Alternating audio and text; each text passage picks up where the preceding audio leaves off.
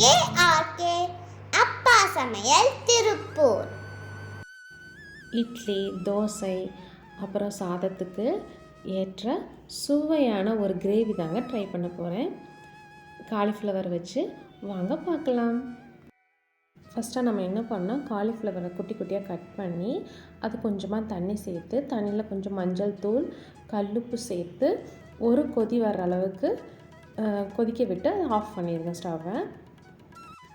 ஒரு 2 நிமிஷம் சுடு தண்ணியிலேயே அந்த காலிஃப்ளவர் இருக்கட்டுங்க. அதுக்கப்புறம் அந்த தண்ணியை வடிச்சிட்டு தனியாக காலிஃப்ளவர் மட்டும் எடுத்து வச்சுக்கோங்க.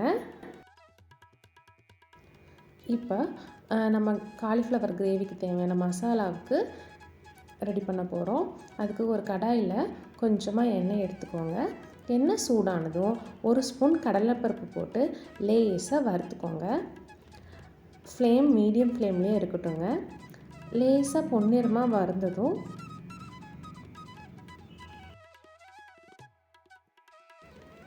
இப்போ கொஞ்சமாக சின்ன வெங்காயம் சேர்த்துக்கிறேங்க. அதையும் சேர்த்து கடலைப்பருப்போடு சேர்த்து பொன்னிறமாக வறுத்துக்கோங்க.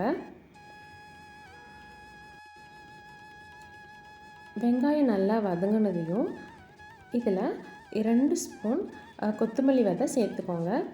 அதையும் சேர்த்து நல்லா வறுத்துக்கோங்க. இது கூடவே இப்போ நம்ம ஒரு 3/4 ஸ்பூன் சீரகம் சேர்த்துக்கிறோங்க. அதையும் சேர்த்து நல்லா வறுங்க. ஒரு பெரிய சைஸ் தக்காளி எடுத்து பொடி பொடியாக நறுக்கி இது கூட சேர்த்து அதையும் வதக்கிக்கோங்க. கொஞ்சம் உப்பு சேர்த்துக்கிட்டிங்கன்னா தக்காளி வேகமாக வதங்கி வந்துடும்.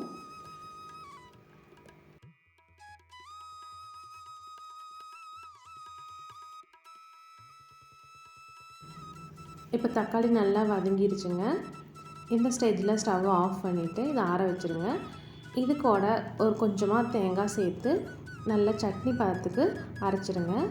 கிரேவிக்கு தேவையான மசாலா ரெடி ஆயிடுச்சு. இப்போ ஒரு கடாயில் கொஞ்சமாக எண்ணெய் ஊற்றி எண்ணெய் சூடானதும் அதில் கடுகு, உளுந்து பருப்பு போட்டு தாளிச்சிடுங்க. அது கூடவே கொஞ்சமாக வெங்காயம் சேர்த்து தாளிச்சிக்கோங்க. வெங்காயம் வதங்கினதையும் கொஞ்சமாக இஞ்சி பூண்டு பேஸ்ட்டு ஆட் பண்ணிக்கோங்க. இஞ்சி பூண்டு நல்லா பச்சை வாசனை போக வரைக்கும் ஸ்லோ ஃப்ளேமில் வச்சு நல்லா வதக்கிக்கோங்க.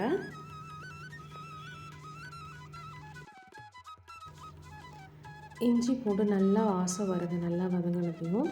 அதுக்கப்புறம் நம்ம ஏற்கனவே சுடுதண்ணியில் போட்டு வச்சுருக்கோம் இல்லைங்களா காலிஃப்ளவர், அதை இது கூட சேர்த்து ஒரு நிமிஷம் நல்லா வதக்கி விடுங்க. காலிஃப்ளவர் இப்போ ஆயிலில் நல்லா ஃப்ரை ஆகிருக்குங்க. இப்போது நம்ம ஏற்கனவே வறுத்து அரைச்சி வச்சுருக்கோம் இல்லைங்களா, அந்த கிரேவியை காலிஃப்ளவர் கூட சேர்த்து வதக்கி விடுங்க.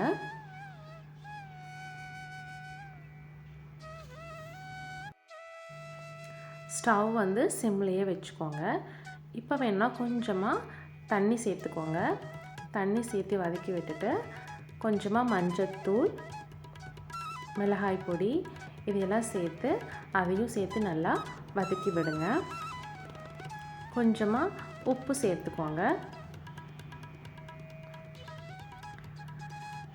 இது கொஞ்சம் பச்சை வாசனை போக வரைக்கும் கொஞ்சம் லைட்டாக வதக்கி விட்டதையும் நம்மளுக்கு கிரேவிக்கு எவ்வளோ தண்ணி வேணுமோ அந்த அளவுக்கு கொஞ்சமாக வாட்டர் ஆட் பண்ணி நல்லா கொதிக்க விடுங்க.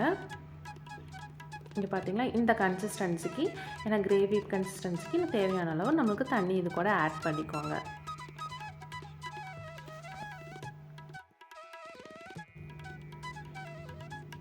இப்போ பார்த்திங்கன்னா காலிஃப்ளவர் நல்லா வெந்து வந்துருச்சுங்க.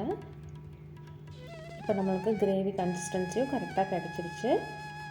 இப்போது கொஞ்சமாக கொத்தமல்லி தழை, புதினா, கறிவேப்பிலை இதையெல்லாம் கொஞ்சம் கொஞ்சமாக ரொம்ப குட்டி குட்டியாக நறுக்கி வச்சுருக்கேன். அதையும் கூட ஆட் பண்ணியிருக்கேங்க. புதினா ஆப்ஷனல் தான், உங்களுக்கு தேவைன்னா போட்டுக்கலாம். அந்த ஃப்ளேவரும் நல்லா இருக்குங்க. சூப்பரான காலிஃப்ளவர் கிரேவி ரெடி ஆயிடுச்சு. இது இட்லி தோசைக்கு மட்டும் இல்லாமல் சாதத்துக்கு ரொம்ப டேஸ்டியான கிரேவிங்க. ட்ரை பண்ணி பாருங்கள். ட்ரை பண்ணி எப்படி இருக்குன்னு கமெண்ட் பண்ணுங்கள். தேங்க்யூ ஃபார் வாட்சிங் மை வீடியோ. இந்த வீடியோ உங்களுக்கு பிடிச்சிருந்தா என்னோடய சேனலை லைக் பண்ணுங்கள், சப்ஸ்கிரைப் பண்ணுங்கள். மீண்டும் சந்திப்போம். நன்றி, வணக்கம்.